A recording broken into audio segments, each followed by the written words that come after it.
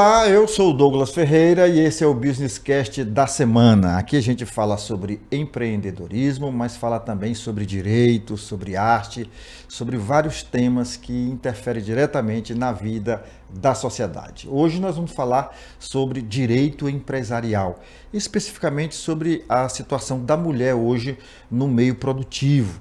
O que as empresas reservam para as mulheres? O que diz o direito sobre os direitos da mulher? É questão da equidade salarial. Ela existe? O que diz a lei? Sobre tudo isso e um pouco mais, a gente vai conversar com a doutora Elza Muniz, que está aqui com a gente, e ela tem formação nesta área, inclusive tem mestrado em Direito Empresarial. Tudo bom, doutora? Tudo bom, Douglas Ferreira? É um prazer estar aqui e contribuir com essa pauta que é de extrema relevância. Sem dúvida. Vamos começar falando sobre a questão da mulher fora da empresa. A senhora tem um profundo conhecimento dos dados mais recentes sobre a questão, por exemplo, das mulheres que são agredidas no dia a dia, sejam estupradas, sejam agredidas de diversas formas. Porque quando a gente fala na agressão da mulher, doutora, é preciso que a gente deixe bem claro que essa agressão ela se dá em vários níveis, né? Ela se dá no nível físico, emocional, patrimonial. Tem gente que acha que dá um cano na mulher, dá um golpe na mulher e acha que isso não é um crime, né? E agora, até com o mundo digital, esse tipo de golpe tem se potencializado, Sem dúvida. além do mundo real. Então, qual é a avaliação que a senhora faz hoje da situação da mulher no geral? Vamos deixar o lado empresarial um pouco de lado agora, daqui a pouco a gente toca nele. Ok. Quando a gente fala da questão da mulher no mercado de trabalho, da violência contra a mulher, trazendo para a violência contra a mulher propriamente dito, a gente ouve falar dos inúmeros casos de feminicídio. Hoje a gente vive uma verdadeira pandemia de violência contra a mulher. E o feminicídio é o ápice desse problema. Antes de chegar no feminicídio, se a gente tivesse aqui uma régua, a gente teria vários níveis de agressão à mulher, seja agressão física, psicológica, patrimonial e inúmeras outras formas que existem. Isso pode ser verificado, inclusive, no número de leis, na legislação que existe, na extensa legislação que existe, voltada para a proteção à mulher. Para o homem, se a gente fizer um paralelo, né? Sim. Então, a lei, ela existe para resolver um problema social, né? Cada uma dessas leis que foram criadas. E dentro desse arcabouço legal, o que a gente tem de principal legislação hoje de proteção à mulher, a gente pode destacar a lei da igualdade salarial. Por que, Douglas? Você pode dizer por que a lei da igualdade salarial? Porque quando eu pauto a igualdade salarial na minha empresa, eu estou atribuindo o mesmo valor ao seu trabalho e da sua colega que Independentemente de gênero, né? independentemente de gênero, tanto ao seu trabalho como da sua colega que desempenha a mesma função com a mesma perfeição, né? Com a mesma experiência. Então, se você desempenha uma tarefa e sua colega faz a mesma tarefa, no mesmo ambiente de trabalho, no mesmo horário.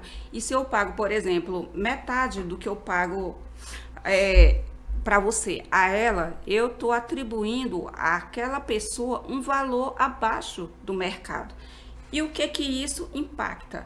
Quando o financeiro, como você sabe, ele impacta na vida da pessoa em todos os aspectos. O trabalho, ele funciona como um guarda-chuva na vida da pessoa, porque ele garante todos os outros direitos sociais. Com o trabalho, você tem autonomia, você pode se levantar de uma mesa quando você não está sendo respeitado, você pode sair da sua casa quando você é violentada, no caso da mulher. Você tem autonomia para tomar decisões. Além disso, o trabalho garante que você tenha vários outros direitos, acesso à educação, à saúde, à moradia, ao lazer, ou seja, permite que você tenha uma vida digna. Essa questão da violência da mulher, e eu quero que a gente ainda mastigue um pouco mais esse tema, porque a senhora me apresentou antes da entrevista alguns dados, alguns números que impactam, que impressionam, que A cada 6 horas uma mulher é Isso. agredida, é violentada no A Brasil? cada 6 horas, uma mulher é vítima de feminicídio no Brasil. É um dado alarmante e que não está distante da nossa realidade.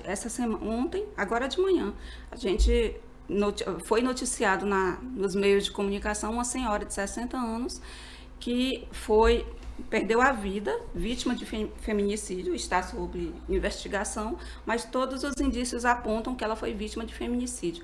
E assim como o caso dessa senhora, da Tainá, que virou assim um caso emblemático pela brutalidade com a qual ela foi assassinada, que foi arrastada, o ex-namorado dela arrastou ela, além de violentar, ele saiu arrastando ela no asfalto com um carro, né? Teve as 2 pernas amputadas. O que esses casos trazem para a gente? A Tainá, por exemplo. A Tainá tinha 2 filhos, a Tainá trabalhava. A morte da Tainá vai impactar na empresa onde ela trabalhava. Vão ter que retreinar, qualificar uma nova funcionária para fazer a mesma função. A mesma atividade que ela desempenhava. Que ela fazia, ou seja, tem um impacto na empresa. E antes, se ela já vinha sofrendo violência, tem a questão dos atrasos, tem a questão da perda da produtividade que a mulher sofre quando ela vive sob coação da violência doméstica. Tudo isso vai repercutir. Quem sofre a violência direta é a família, sem sombra de dúvida. Mas isso vai repercutir na empresa, no absenteísmo, nas faltas, nos atestados médicos. Ou seja, gera um prejuízo sem precedentes. Inclusive, tem uma pesquisa de um pesquisador do Ceará que fez uma pesquisa do impacto disso no PIB. E ele constata que o impacto é enorme. Por quê? Isso vai repercutir na arrecadação tributária das empresas, porque se a empresa anda mais devagar, ela produz menos. Se ela produz menos, ela arrecada menos. Se ela arrecada menos, ela contribui menos com o governo. Se o governo arrecada menos, ele tem menos recursos para investir em políticas públicas. É uma cadeia, né? Uma cadeia, como você vê, para investir em políticas públicas, inclusive políticas públicas de equidade de gênero, que é o nosso foco em questão. Bom, com relação a um outro dado que a senhora apresentou com relação ao aumento dessa violência ou do feminicídio ao longo da década. Na última década, a gente teve um crescimento superior a 316% no país. Ou seja, em uma década morreram pessoas equivalente ao município de, pouco mais que o município de Nazária. Aqui, se a gente trouxer para a nossa realidade, fazendo uma analogia, se a gente trouxer aqui para Teresina, por exemplo, dá equivalente à região ali do Vale Quem, não sei se você conhece. Conheço, sim. É bem grande, bem grande mesmo. Ali onde era a Faete, tem a Nicanor Barreto. Sim. Né? Então, aquela região toda que tem Satélite, Planalto Uruguai, Vila Maria, pois o número de mulheres que morreram na última década equivale ao número de pessoas que moram naquela região. Ou seja, a gente vive uma verdadeira guerra, uma guerra fria, né? É uma verdadeira barbárie e que algo precisa ser feito. O que justifica isso? A senhora que já levantou esses dados, que tem pesquisado, estudado o tema, o que justifica isso? É cultural? Digamos assim, é um machismo estrutural? O que as pesquisas apontam? A questão do machismo estrutural, a questão da cultura, a questão da subserviência da mulher e da falta de qualificação antes. Nos últimos anos, o que a gente teve? A mulher, ela evoluiu muito. Hoje, o nível de qualificação da mulher já está ok, né? Se a gente pegar os indicadores, por exemplo, qualificação, inserção no mercado de trabalho, saúde, participação política, a questão da qualificação é o que desponta. Mas, paradoxalmente, apesar da qualificação dela ter aumentado, ela continua ganhando menos. Há uma pesquisa do Ministério do Trabalho e Emprego que diz que as mulheres ganham 21% a menos do que o homem. Do que os homens. Isso no setor privado? Isso no setor privado. No setor público, a gente tem a questão do concurso público que garante... o mesmo salário. Que garante o mesmo salário. Bom, vamos agora entrar na questão empresarial dita. O que a legislação fala em relação às empresas? Ou o que as empresas podem fazer no sentido de reduzir esses índices?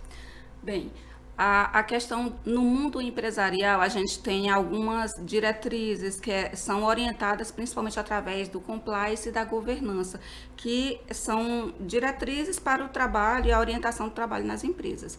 E assim, o que a legislação coloca é a questão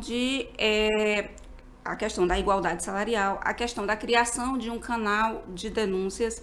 O canal de denúncias é uma alteração recente, inclusive dentro da CIPA, né? Que antes a CIPA só previa a questão dos acidentes de trabalho. Hoje, cada empresa é obrigada a fazer um treinamento sobre o combate ao assédio moral e sexual, desde o chão de fábrica até o mais alto nível da empresa.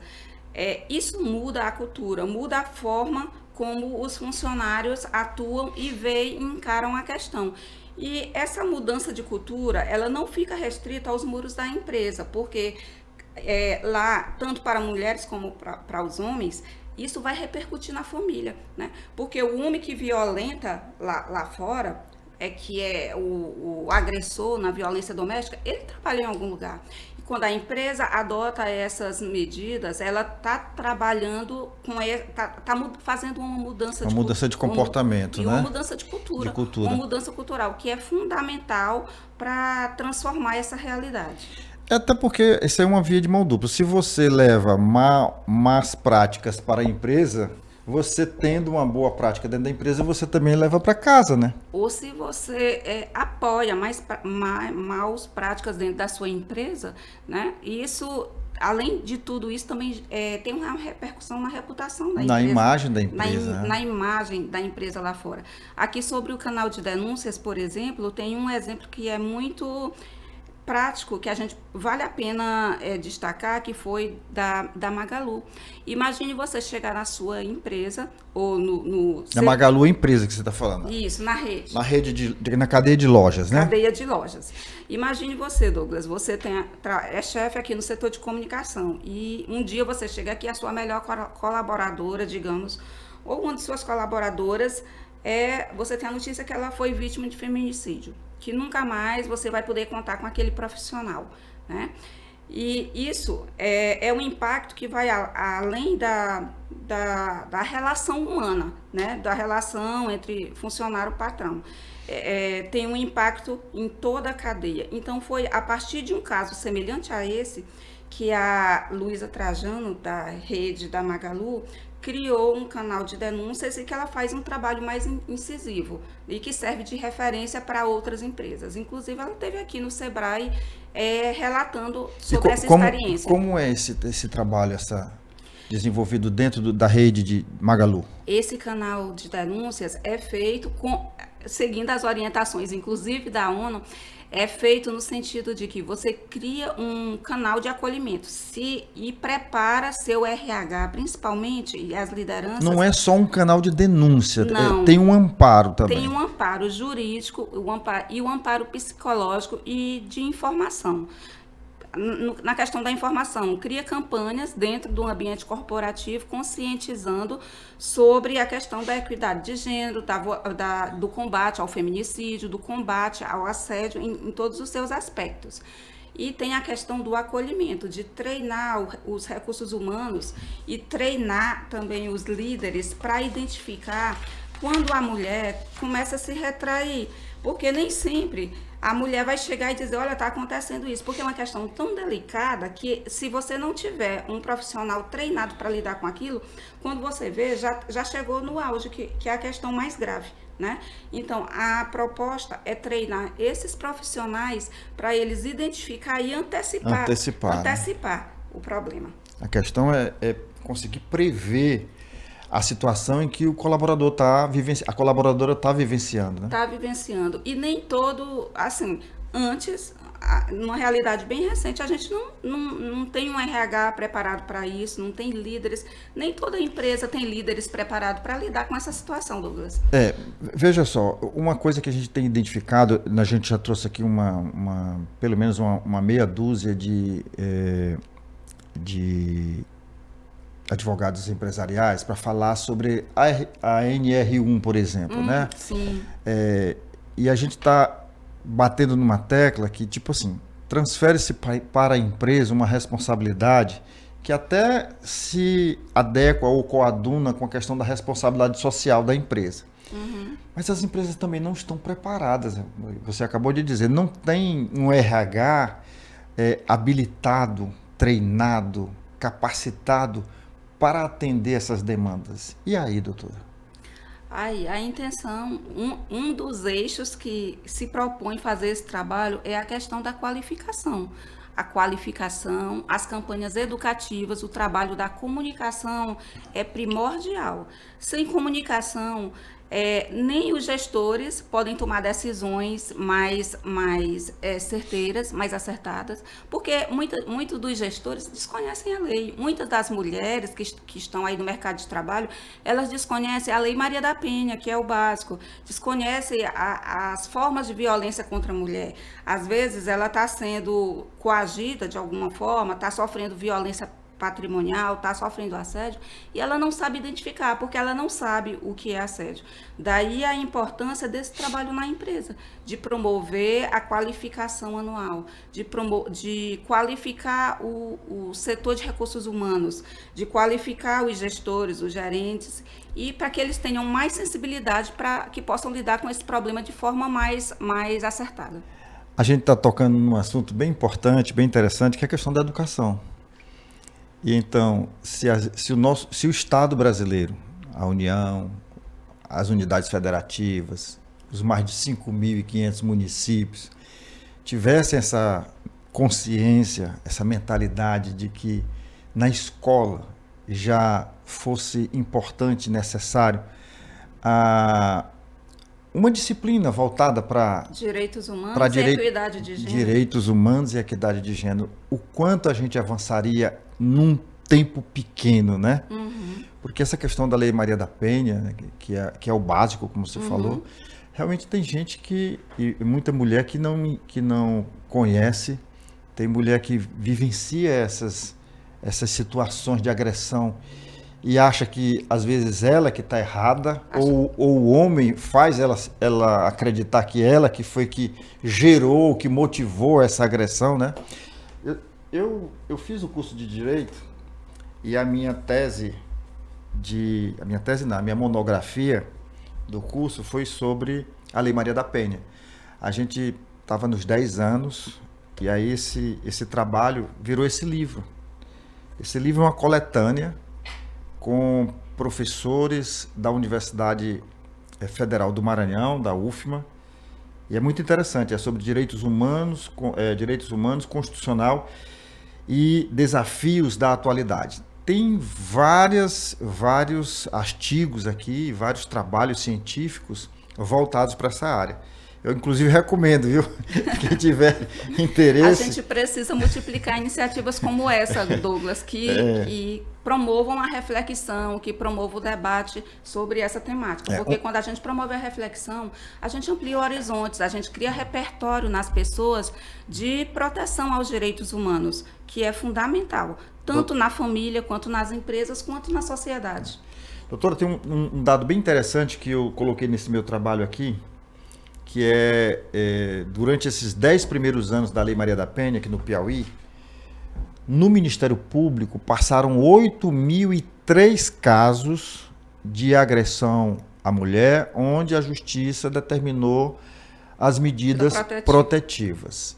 E desses, repito, 8.003 casos, apenas 3 resultaram em feminicídio. Então, assim, o meu trabalho é sobre a eficácia da Lei Maria da Penha nesses 10 primeiros anos. Na verdade, hoje nós já estamos com 20, né? 20. Com 20. Vai fazer 20 agora em agosto. Ela foi promulgada em agosto e entrou em vigor em setembro de 2006. Então vai fazer 20 anos. Quando fez 10 anos foi que eu realizei esse trabalho. Então é muito importante essa lei. Tem gente que diz, não, mas todo dia a mulher é agredida, a mulher é morta, tem feminicídio, a lei está aí. Mas é porque você não sabe que é uma demanda muito grande de agressões e que as medidas protetivas, o isolamento, ou melhor, não é o isolamento, é a separação do homem dentro daquele lar de agressão, onde a mulher recebe proteção, seja do município. Gente, por mais falha que sejam esses instrumentos e essas instituições de proteção, mas tem dado algum resultado. Então, o que a gente precisa, na verdade, é aprimorar esses instrumentos, essas instituições. O município tem, o próprio Ministério Público tem o NUPEVID, que é um núcleo de proteção às mulheres vítimas de agressão dentro dos lares. Então, assim, se não fossem essas instituições, nós não teríamos apenas 3 homicídios ou feminicídios nesse período. Nós teríamos talvez o inverso, 8.003 estariam livres, né, da morte. Então, assim, eu acho muito importante, e voltando àquela temática da educação, eu acho que o Estado brasileiro, de uma maneira geral, não importa quem esteja à frente do comando do Estado brasileiro, seria muito bom que o Brasil começasse a pensar nessa educação, não apenas dentro da empresa, não apenas depois da coisa ter acontecido, mas lá na base. E a nossa base é a criança, é o ensino básico, fundamental. Então, para ele crescer com essa mentalidade de que precisa respeitar os direitos da mulher, de que ele precisa ver a mulher de igual para igual. Mas você falando aí da escola, uma coisa que eu tenho observado, o papel da escola é fundamental, mas da família também, porque tem aquele ditado que os exemplos arrastam. Às vezes você tem um contexto onde na escola você é educado para isso, ou você é educado para isso, mas na família você não recebe essa educação. Uma vez eu acompanhei o caso de um rapaz, de um adolescente, uma criança de uma escola famosa aqui, que ele agrediu uma coleguinha na turma, agrediu fisicamente, assim, foi uma agressão, ele quase perfurou o olho dela com um lápis. Né? Teve intervenção e assim virou briga grande, não ganha o noticiário porque assim, claro, é uma criança e assim precisa ser resolvido, mas o que depois o setor de psicopedagogia chamou os pais e conversou que o reflexo do que a criança vive em casa, ela transporta, assim no caso da criança e no caso do trabalhador é semelhante. Olha, é aquela velha disputa aí de narrativas, né? Eu particularmente acho que a educação é essencialmente da família. É a base. A escola é um complemento, né? Com certeza. É um complemento. Mas, assim, você, o pai, a mãe, é que tem digamos assim, essa prerrogativa de educar o seu filho.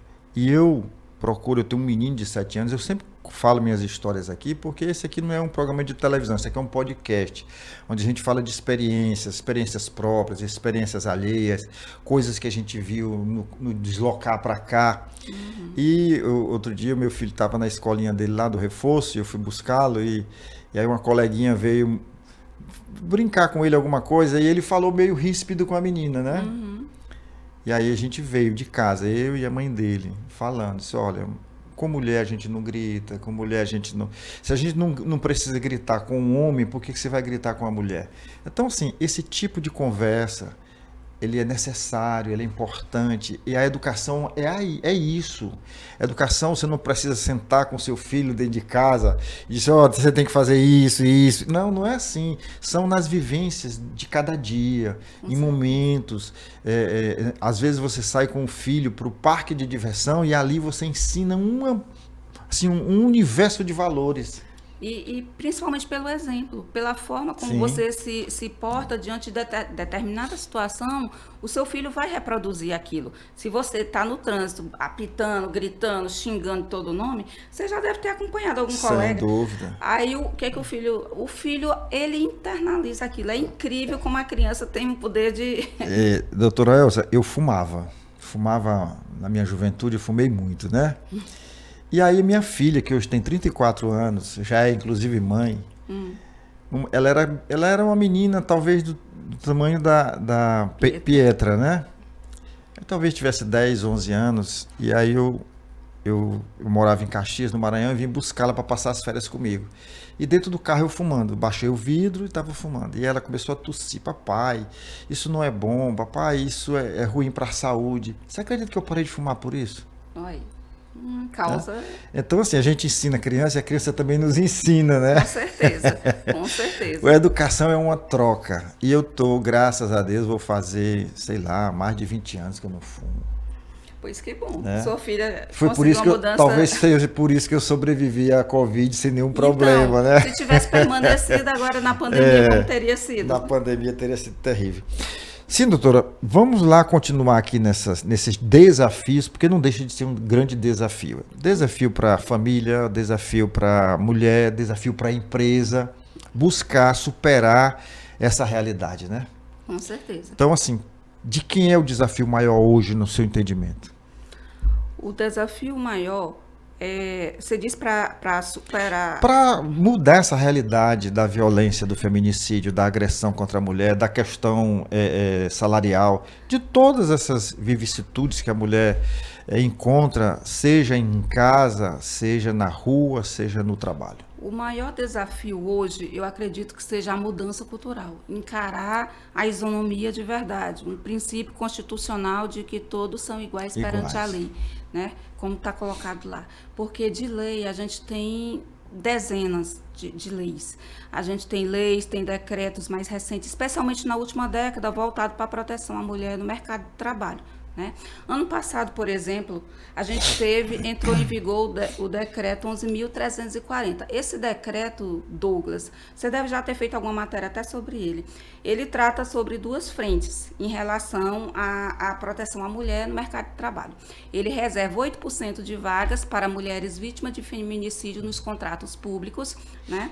E numa das frentes, e na outra frente, ele determina que o desempate nas licitações públicas tenha como critério as empresas que têm ações de equidade de gênero. E quais são essas ações de equidade de gênero? Igualdade salarial, implantação de canal de denúncia, a promoção entre homem e mulher seja de forma igualitária, né? Então, são essa série de ações, e combate ao assédio moral e sexual. Se a empresa segue esses critérios, ela sai à frente quando ela está numa licitação. Leva vantagem, né? Numa licitação, é um critério de desempate na licitação pública.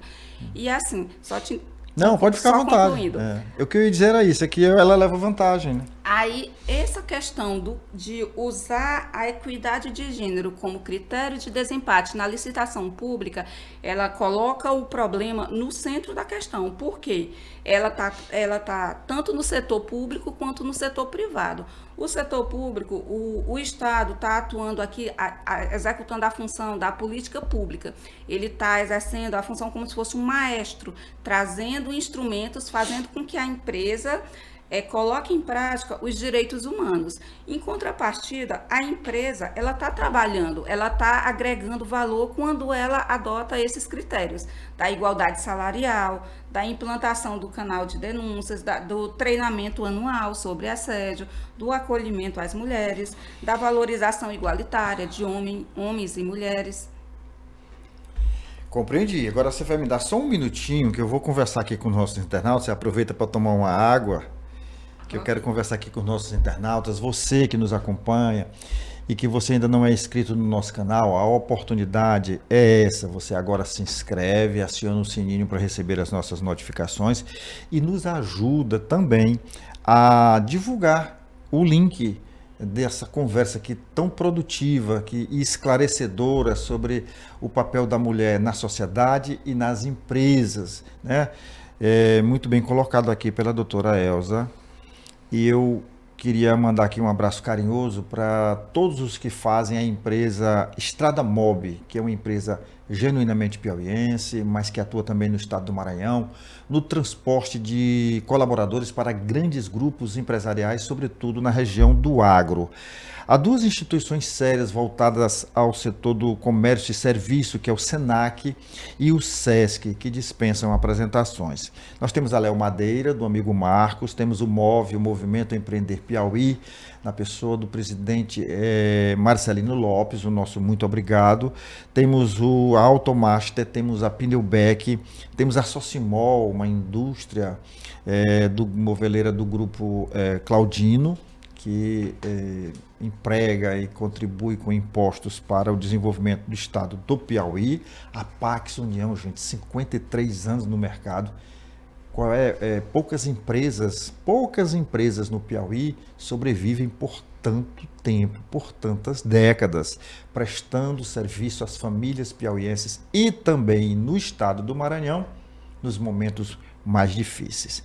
Temos o SESI, o SENAI e o Centro das Indústrias do Piauí, que também dispensam apresentações, porque são instituições sérias, com relevantes serviços prestados à sociedade e ao meio corporativo do estado do Piauí. Tá bom? Não esqueça, manda o link para o grupo de WhatsApp da família, do trabalho, da igreja, do condomínio onde você mora, aí da associação de moradores, manda para todo mundo, até para que você não gosta, manda, porque com certeza vai ter interesse em esclarecer as dúvidas e entender um pouco mais sobre essa questão da função social da empresa, que é disso que a gente está falando, né, doutora Elza? Justamente.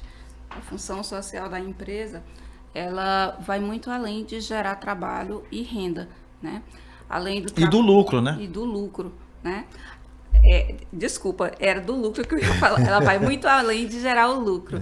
Ela gera trabalho, ela gera renda, ela promove direitos humanos, ela cria uma cultura organizacional, né? Ela muda uma perspectiva sobre um tema, como a questão aqui da equidade de gênero, do combate ao feminicídio.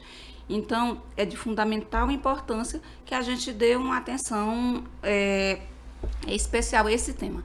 Existe um filósofo indiano chamado Amartya Sen. Não sei se tu já viu algum livro sobre ele. Ele é brilhante, viu? Ele tem um livro chamado Desenvolvimento como Liberdade. E um dos capítulos do livro, ele trata da equidade de gênero, né? E nesse capítulo, ele coloca que o desenvolvimento vai muito além de indicadores do PIB, mas que ele passa pelo acesso a direitos fundamentais, principalmente que a pessoa possa ter acesso a todos os direitos fundamentais. Bom, nós estamos chegando, gente, aqui é o final da nossa conversa, do nosso bate-papo, e agora a doutora Elza vai olhar para essa câmera aqui e vai deixar a mensagem para o setor produtivo que ainda não entendeu essa necessidade de estar promovendo essa valorização e essa equidade de gênero, inclusive como um investimento, porque, como já foi dito aqui, até no empate de licitação, a empresa que investe nesta área leva vantagem. Com certeza. Pode olhar para lá. O papel da empresa é de fundamental importância, porque depois da família, depois do lar, é na empresa que o trabalhador passa a maior parte do seu tempo. É na empresa que ele leva as dores que ele vive no dia a dia. É na empresa que ele acaba trazendo a bagagem que ele traz na sua formação. Então, o trabalho da empresa em qualificar, em educar, em criar uma campanha de conscientização sobre os direitos humanos, sobre a equidade de gênero, é fundamental. E não se trata de investimento, Douglas. Não se trata de investimento financeiro. É uma questão que ela vai ter um retorno. São duas faces da mesma moeda. É um investimento que ela vai ter como feedback a reputação dela lá fora. A imagem, né? A imagem que ela projeta lá fora. Ela vai estar conforme a legislação, ela vai estar conforme a governança e o compliance da empresa, ela vai estar se adequando à legislação e, ao mesmo tempo, ela vai estar projetando a imagem dela lá fora, como uma empresa que constrói valor, que respeita direitos humanos, que segue a legislação e que, acima de tudo, que respeita a dignidade humana. Muito obrigado, doutora. Você já sabe, toda semana a gente tem um episódio novo aqui do Business Cast e eu conto com a tua audiência e com a tua contribuição compartilhando o nosso link e te espero na semana que vem. Até lá!